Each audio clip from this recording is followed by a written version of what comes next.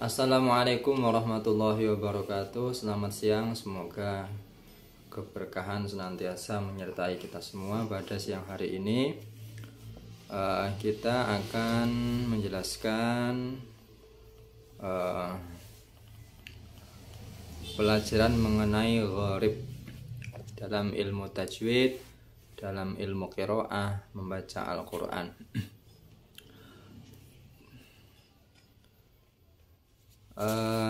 Dalam ilmu tajwid ada yang namanya gharib.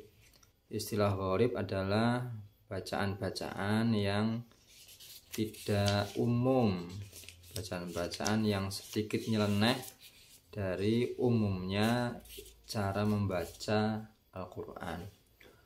Tidak banyak, ada beberapa lafaz-lafaz atau kalimat-kalimat yang perlu dipelajari secara khusus agar kita tidak salah dalam membacanya. Di antaranya ada istilah yang namanya ismam, ada yang namanya ikhtilas, ada saktah, dan lain sebagainya. Ada beberapa. Mari kita mulai dengan yang pertama, ismam. Ismam secara pengertian artinya mencampurkan, yaitu mencampurkan dhammah pada sukun dengan memoncongkan bibir. Dalam Al-Quran ada satu contoh, yaitu la ta'manna. Cara membacanya ada, kalau ismam cara membacanya yaitu la ta'manna. Nah, seperti itu. Itu namanya ismam. Dalam ayat Yusuf juz 12 yang mari kita baca secara utuh semua ayatnya. Bismillahirrahmanirrahim. Qalu ya abana ma laka la ta'manna ala Yusuf wa inna lahu lanasihun. Demikian cara membaca ismam. Ada dalam surat Yusuf ayat 11 juz 12, la ta'manna. Jadi dengan memoncongkan bibir seakan-akan itu ada huruf dhammah ketika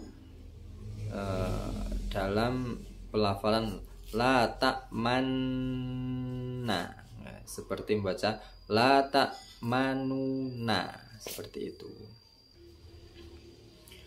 Nah, ada lagi istilah ikhtilas. Jadi lafadz la ta'manna ini bisa dibaca dengan dua cara. Yang pertama ismam seperti yang tadi dicontohkan, atau ikhtilas. Ikhtilas itu bagaimana cara membacanya? Yaitu dengan membaca harokat dengan samar dan cepat sehingga suaranya tinggal 2/3 harokat. Cara bacanya la ta'manuna. Nah, seperti itu. Dapat dipahami ya. Kemudian kita menginjak ke istilah gharib yang lain, yaitu tashil. Tashil secara pengertian membaca antara hamzah dan alif. Dan contoh kalimat yang harus dibaca tashil dalam Al-Quran ada satu, yakni aha'jamiyun.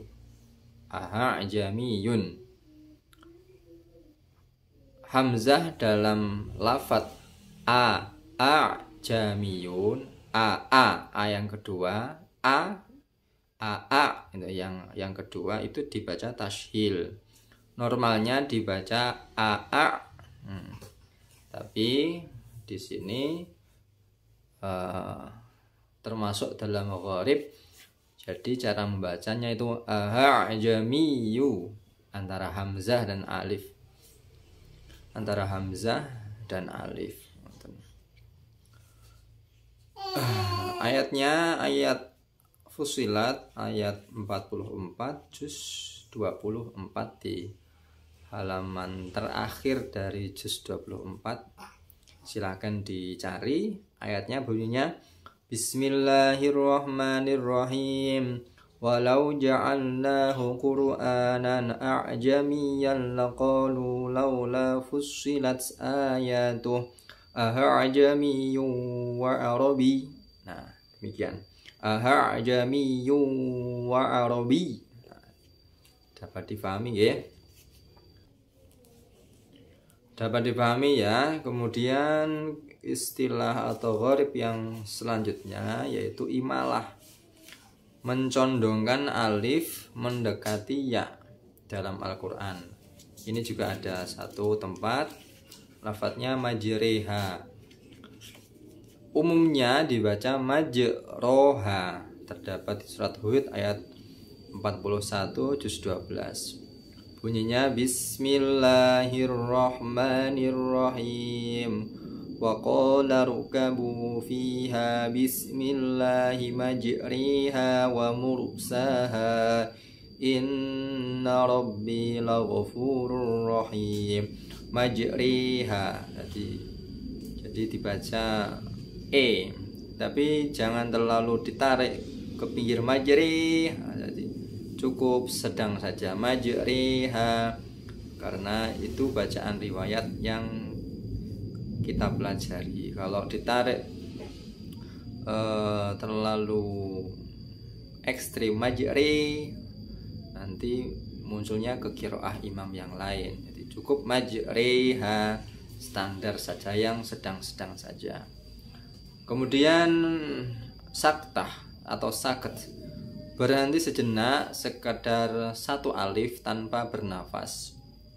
Jadi berhenti, jeda tanpa mengambil nafas, tidak memulai ayat dengan nafas yang baru, itu namanya saktah. Ada beberapa ayat yang harus kita baca saktah dalam Al-Quran. Salah satunya dalam Al-Kahfi ayat pertama. Mari kita baca. Bismillahirrahmanirrahim. Alhamdulillahilladzi anzala ala abdihil kitaba wa lam yaj'al lahu iwaja qayyima. Jadi di kalimah iwaja itu tidak diperkenankan untuk wasol tanpa saktah. Misalnya seperti iwajan qayyima, harus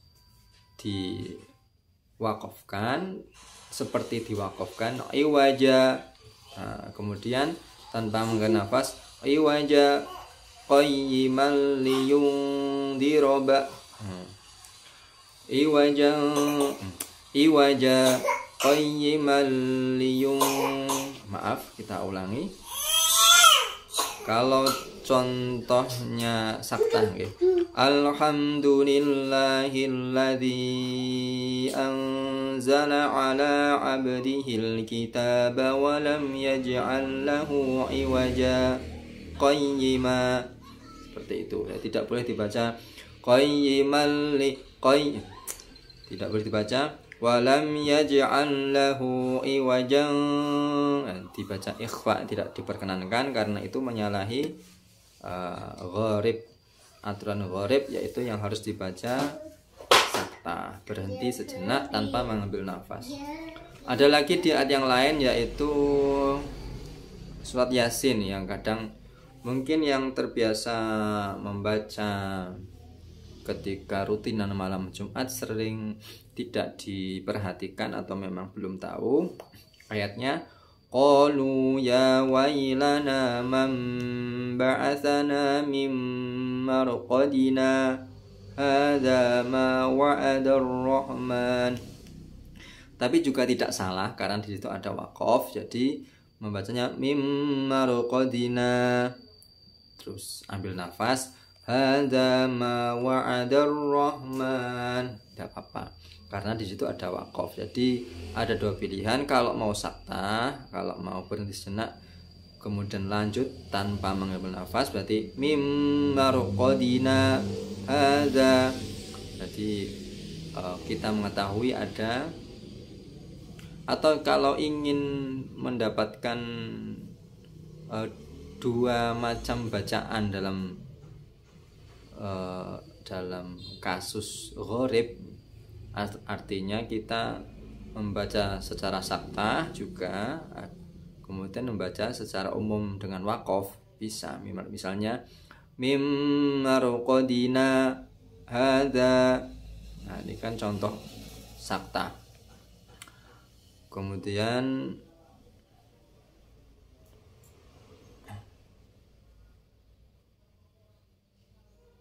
langsung dibaca hadza ma wa'adar rahmanu wa shadaqal mursalun. Jadi kita di situ sebaiknya dibaca sakta agar kita mengetahui letak-letak sakta dalam ayat Al-Qur'an. Ada lagi ayat yang lain yaitu dalam Al-Mutaffifin ayat 14 juz 30. Kalla bal rona ala qulubihim ma kanu yaksibun. Kalla bal rona. Jadi tidak terlalu lama juga tidak terlalu cepat, sekitar satu alif satu harokat lah. Kalla bal rona, seperti itu ya. Kemudian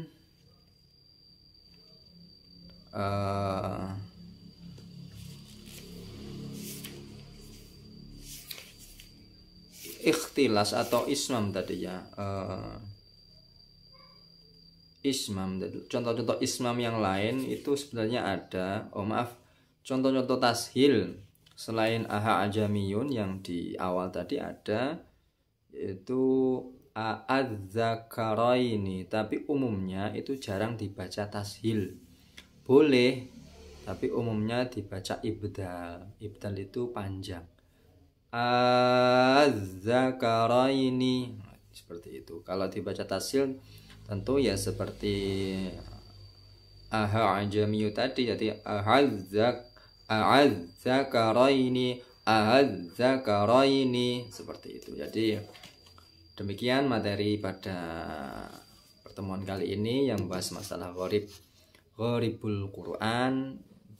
Di antaranya tadi ismam, istilah, ikhtilas, imalah, tashil, dan sakta. Alhamdulillah, semoga ini memberi manfaat bagi kita semua. Dan jangan bosan-bosan untuk terus belajar membaca Al-Quran meskipun usia kita sudah tua, sudah dewasa, sudah umur banyak, karena membaca Al-Quran dengan yang baik itu mudah. Walaqad yassarnal Qur'ana lidzikri fahal min mudzakir. Jadi tidak sulit, hanya perlu beberapa waktu saja, mungkin ya setahun atau 2 tahun, dibandingkan dengan umur kita yang selama ini sudah banyak dan tersia-siakan dengan melupakan pendidikan Al-Quran, ilmu qiraah. Karena ilmu qiraah tidak bisa dengan metode cukup klasikal, misalnya satu orang guru membacakan dan disimak oleh banyak murid, tidak maksimal, kecuali seorang murid harus membacakan ayat-ayat Al-Qur'annya, bacaan-bacaannya di hadapan satu orang guru, kemudian disimak dan diteliti, didengarkan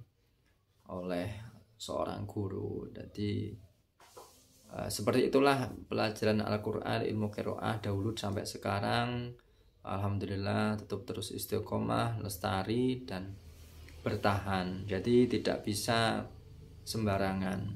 Termasuk kepada teman-teman yang mungkin sudah memiliki sertifikat atau lulus metode, berbagai macam metode cara baca, di antaranya mungkin dulu ada turutan, ada Baghdadiyah, ada Qiraati, ada sekarang Ummi, Wafa, ada Tashili, ada Usmani, ada Yanbu'a, ada Tilawati, ada macam-macam, berbagai macam cara buku panduan atau metode untuk membaca Al-Quran. Dari berbagai macam metode buku tersebut, bimbingan tersebut, sebenarnya cukup untuk kita mengetahui cara membaca Al-Quran yang baik dan benar. Tapi untuk kita mendapatkan riwayat Al-Quran, kita harus menyimakkan, membacakan bacaan kita kepada guru yang memang sudah memiliki sanad, sudah memiliki riwayat Al-Quran seutuhnya. Jadi misalkan kita sudah memiliki syahadah ummi wafa yanbu'a tilawati qiraati, alhamdulillah kita diberi kesempatan untuk belajar dan memahami. Tapi itu sebenarnya hanya cukup untuk kita mengajar ya buku metode tersebut. Jadi kita sebenarnya perlu mendapatkan lisensi untuk mengajarkan Al-Quran secara utuh. Jadi agar kita mendapatkan lisensi untuk riwayat Al-Quran secara utuh, kita harus meningkatkan lagi kapasitas keilmuan kita dengan membacakan, dengan menyetorkan, dengan menyimakkan hafalan kita, hafalan ataupun bacaan-bacaan kita di hadapan seorang guru secara bin nadhuri dengan membaca. Jadi tidak perlu dengan atau tidak harus dengan orang-orang yang lebih sepuh kepada kiai di pondok pesantren, tidak. Dengan teman-teman kita yang mungkin sudah memiliki riwayat, sudah pernah mengaji khatam dari juz 1 sampai juz 30, itu bisa kita ambil sanadnya, kita ambil riwayatnya, lisensinya bagi kita untuk mendapatkan riwayat bacaan Al-Quran. Jadi itu yang penting. Maka mari kita bersemangat untuk terus meningkatkan kapasitas diri agar dapat menjadi ahli Al-Quran. Ahli Al-Quran itu siapa?